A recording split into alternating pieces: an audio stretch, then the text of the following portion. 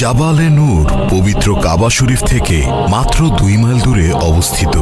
এর নাম হেরা গুহা হলেও বিশ্বব্যাপী জাবালে নূর বা জাবালে হেরা নামেই বেশি পরিচিত। জাবালে নূর অর্থ হল নূর বা আলোর পাহাড়, কেননা এ পাহাড়েই আল্লাহর পক্ষ থেকে হযরত মুহাম্মদ সাল্লাল্লাহু আলাইহি ওয়াসাল্লামের উপর সর্বপ্রথম বরকতময় আলোকিত কুরআন মজিদ নাজিল হয়েছিল, যা শুধু মুসলিম উম্মাহ নয় বরং বিশ্ব মানবতার জন্য নূর বা আলো। সে কারণেই এ পাহাড় বিশ্বব্যাপী জাবালে নূর নামেই পরিচিত। এই গুহায় হযরত জিবরাইল আলাইহিস সালাম সর্বপ্রথম প্রিয় নবী হযরত মুহাম্মদ সাল্লাল্লাহু আলাইহি ওয়াসাল্লামের কাছে কুরআনের বাণী নিয়ে এসেছিলেন, আর এখানেই বিশ্বনবী হযরত মুহাম্মদ সাল্লাল্লাহু আলাইহি ওয়াসাল্লাম ধ্যানে মগ্ন থাকতেন। এ পাহাড়ে ওঠা একদমই সহজ ছিল না তখন।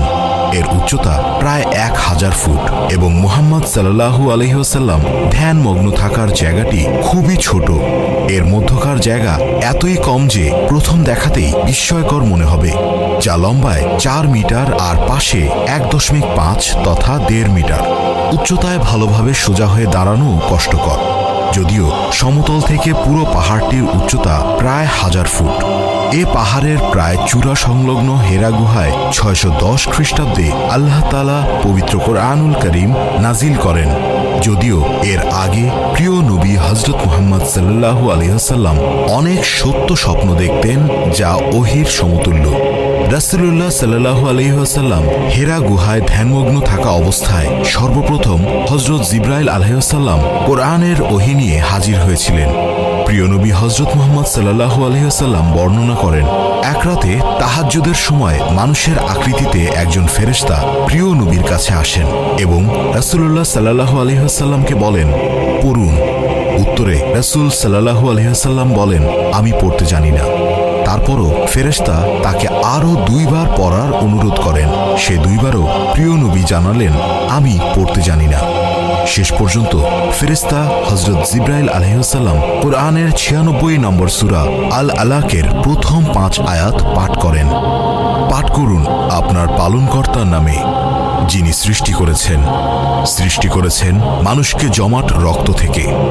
পাঠ করুন আপনার পালনকর্তার নামে, যিনি মহান দয়ালু, যিনি কলমের সাহায্যে শিক্ষা দিয়েছেন মানুষকে যা সে জানত না। এ ছিল প্রিয় নবী হযরত মুহাম্মদ সাল্লাল্লাহু আলাইহি ওয়াসাল্লামের প্রতি হেরা গুহায় প্রথম ওহী। জাবালে নূর খ্যাত এই গুহায় ওহী লাভের মাধ্যমে প্রিয় নবী হযরত মুহাম্মদ সাল্লাল্লাহু আলাইহি ওয়াসাল্লাম নবুয়তি পালনের কঠিন জীবনের শুভ সূচনা করেন। কেননা তিনি যখন ওহী নিয়ে হেরা গুহা থেকে পাহাড়ের অর্ধেক নিচে নেমে আসলেন, তখন তার কানে একটি কণ্ঠের আওয়াজ আসে, হে মুহাম্মদ, আপনি আল্লাহর নবী আর আমি জিবরাইল। হেরা গুহায় যেদিন প্রথম জিবরাইল আলাইহিস সালাম ওহী নিয়ে আসলেন, সে রাতটি ছিল প্রিয় নবী সাল্লাল্লাহু আলাইহি ওয়াসাল্লামের জন্য কঠিনতম একটি রাত।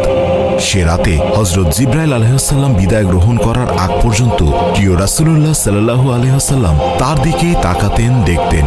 হযরত জিবরাইল আলাইহিস সালাম সব দিক থেকেই সামনে দাঁড়িয়ে আছেন, আর এতে তিনি ভয় পেয়ে গিয়েছিলেন।